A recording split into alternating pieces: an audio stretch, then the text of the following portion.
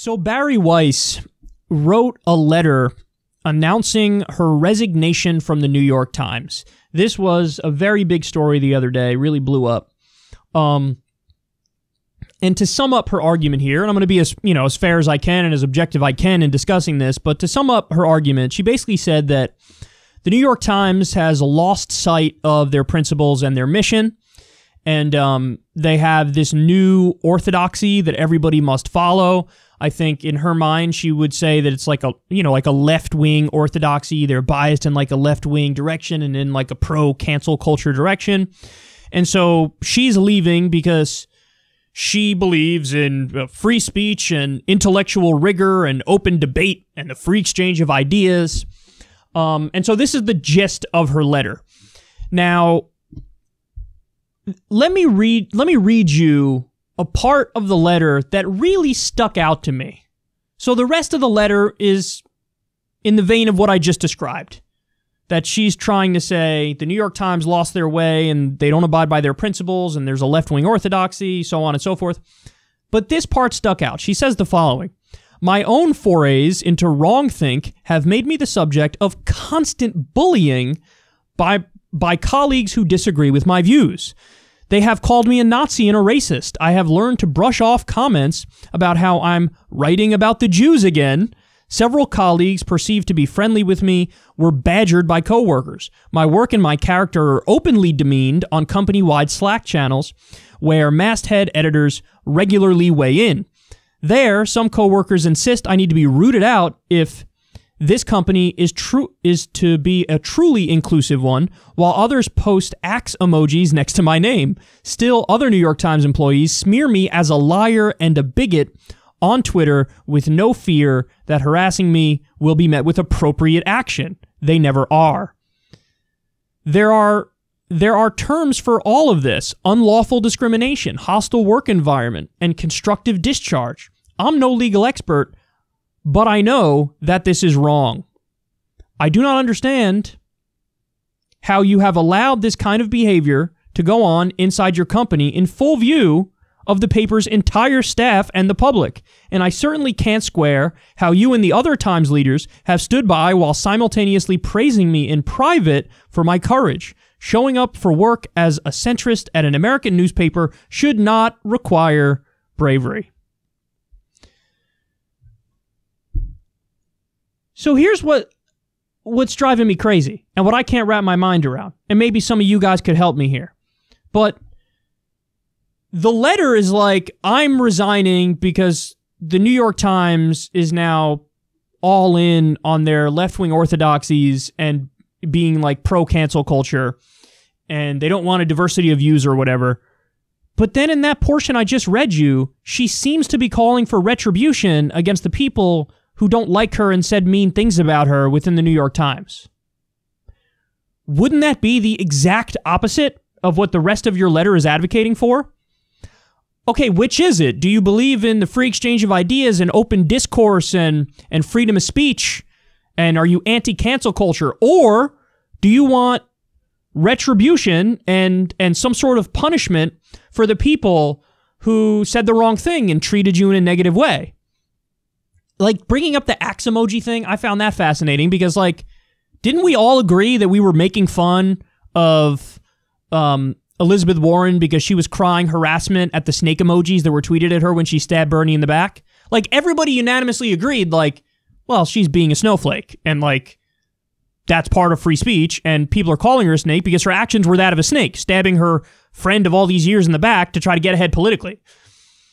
So people are tweeting mean emojis or something about Bari Weiss, or they're talking shit about her in a company thing, and all of a sudden she's saying, I don't understand how you have allowed this kind of behavior to go on inside your company. What do you mean allowed? Are people not allowed to tweet emojis or disparage other workers or talk shit about them? That definitely is free speech. And to want retribution against them means you're advocating for cancel culture. Which gets to the issue with Bari Weiss in the first place. You know, the very famous story of her now is that she rose to prominence back when she was in college, and she went after her Arab and Muslim professors because they were pro-Palestine, and she argued they're being anti-Semitic, so she tried to cancel them and, like, literally hurt their lives professionally in the sense that she wants them gone. So, like, she was the original advocate of cancel culture. This is a point that has been made many times over, is that a lot of these people who claim to be anti-cancel culture, they're the first ones to immediately hurl accusations of anti-Semitism at somebody if they say anything pro-Palestinian or critical of the Israeli government.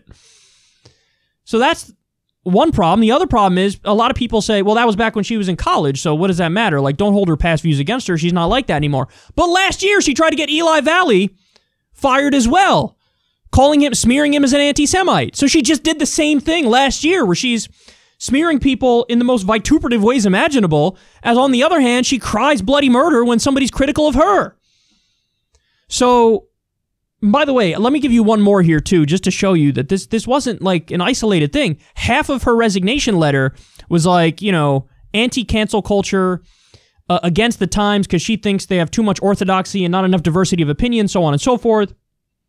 And then the other half was, man, there really should be some sort of accountability here, and somebody should go after the people who were mean to me. So while advocating against cancel culture, she's advocating for cancel culture. She also says, quote, if a person's ideology is in keeping with the new orthodoxy, they and their work remain unscrutinized. Everyone else lives in fear of the digital Thunderdome. Online venom is excused so long as it is directed at the proper targets. Yeah, but hold on. If you believe in free speech and a free exchange of ideas, as I do, by the way, deeply, then that last line, online venom is excused so long as it's directed at the proper targets, your response should be, cool. That's the free exchange of ideas. Guys, free speech also means that when there are disagreements and when there are debates, they're gonna get tense. They could get loud. They could get personal too. They could, like, people could scream at each other. People could say things that perhaps later on they'd regret. That's part of the free exchange of ideas. Cancellation is only defined as cancellation, in my opinion, when there are professional consequences. So you try to get somebody fired, try to ruin their life or dox them or something to that effect. If people are spewing venom, as she says, good. That's called free speech. That's called open debate. That is the free exchange of ideas that you talk about in such glowing terms on the one hand, but then on the other hand, when there actually is a free exchange of ideas, you say stuff like this. She thinks, oh, if people say things that are with the new orthodoxy, they're unscrutinized. By the way, I don't think that's generally true. I think people are saying all sorts of things and everybody's being scrutinized. But beyond that, she says, online venom is excused as long as it's directed at the proper targets. It should be excused. Online venom should be excused as long as you're not actually, like, getting somebody fired or doxing them or hurting them or whatever. Like, that's the open debate that you pretend to love. So it's ridiculous. Let's all agree on the most important point here, which is, if you quit, you can't claim that you're being canceled. You quit. So what are you, canceling yourself? It seems like this is all too self-promotional. It's like it seemed like she's looking for an angle to be really dramatic and step down, and then I bet she's going to start some new kind of venture where they pretend like we're the real place for the free exchange of ideas. And it just screams from every word she writes that there's some sort of angle here. Now, by the way, the final point I want to make is this. There's this blurring of the lines between disagreement and criticism versus cancellation that a lot of elite writers make and a lot of elite media figures make. There are so many people who seem to believe that, like, harsh criticism directed at them is equivalent of canceling. Listen, as somebody who's to some degree a public figure, my response to that is, hell no. If somebody's harshly critical of you, that's not cancel culture. Even if somebody is, like, really mean to you, and maybe even, like, too personal in how they attack you, That's still not cancel culture. Again, canceling is when there are professional consequences. There are real world doxing, firing, things of that effect. That's real cancel culture. Everything else is just disagreement. And there's this real blurring of the lines that somebody like Bari Weiss, all that happens is people criticize her. Like, that's it. And she acts like it's some bigger issue than it is. Like, this is the thing I can't stand, is that a lot of elite media people have made this issue a joke now because really they're all fundamentally mad that people are rude to them in their menchies. That's what it comes down to.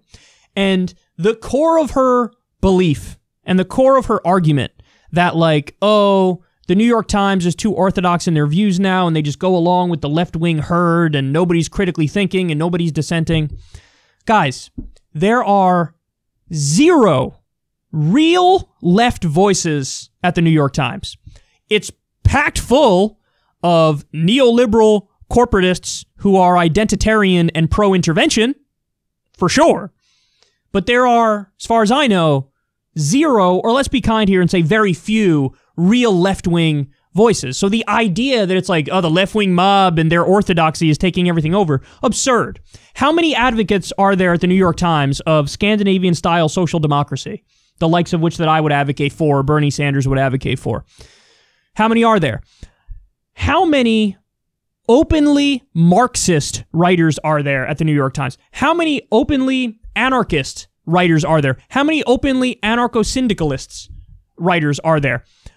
How many open anti-war voices are there? Guys, I got news for you. The New York Times and every establishment media outlet, they've across the board supported every war in the past few decades. They've argued for it. See, and this is my other problem with what people like Bari Weiss do, is they talk about, you know, diversity of ideas, but they don't actually believe in it or preach it. Because Bari even said in her own piece, she says, well, my job was to bring voices to the New York Times that wouldn't otherwise be brought to the New York Times, including conservative voices and centrist voices. So the implication is, oh, they already have a lot of leftists there. I'm bringing the conservatives and the centrists. But I just told you, you have no Marxists, you have no anarchists, you have no social democrats. You really want to have a free exchange of ideas? Well, let's freaking have it. There are people who would argue that there's utility in property violence, and therefore property violence is good insofar as it brings about positive social change.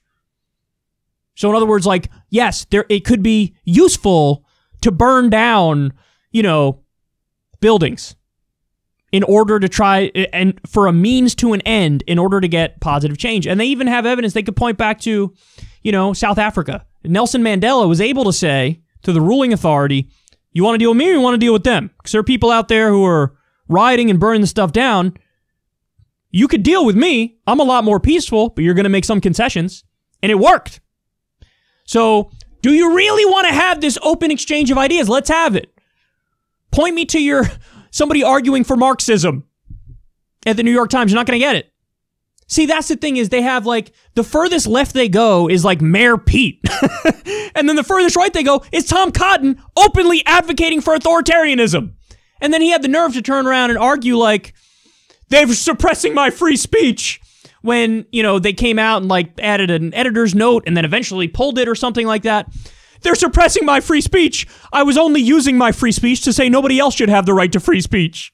See, that's the spectrum of debate that's acceptable. As far right as somebody like Tom Cotton, who's an open authoritarian, and as far left as somebody like Mayor Pete, who's not left. See, that's my problem with these people. They don't actually believe in a free exchange of ideas. They don't believe in it. Because then you'd have communists. Then you'd have anarchists. Then you'd have anarcho-syndicalists. You'd invite Noam Chomsky to write, you know, a detailed piece on whatever the hell he wants to write a piece on. You'd have anti-war voices who are principled and who can make the arguments in a coherent, clear way. You know? New York Times isn't knocking on my door to get me to write something.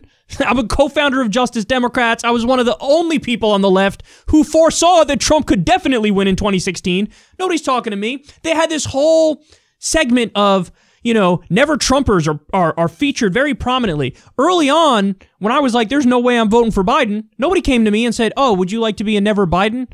commentator and write an article. They don't do that. Now, listen, I'm talking about me. I genuinely don't want to have anything to do with them, but I'm just using that as an example to show you guys there is no real diversity of ideas, and she's not really for diversity of opinion. If she starts her new thing, which she probably will, go ahead. We'll give her a year, and then we come back afterwards, and you tell me how many Marxists wrote articles in there, how many anarchists wrote articles in there, how many people advocating for the utility of property damage. You're not going to find it. How many anti-war voices? You're not going to find it. You're not going to find it. So that's my problem with this stuff, is that she's wrong in her diagnosis, and she's wrong in her response to it, and it all smells a little too opportunistic to me. And I think that this kind of stuff takes a very real issue. I do think cancel culture is a real issue. And it muddies the waters, and it makes it look ridiculous because she is ridiculous.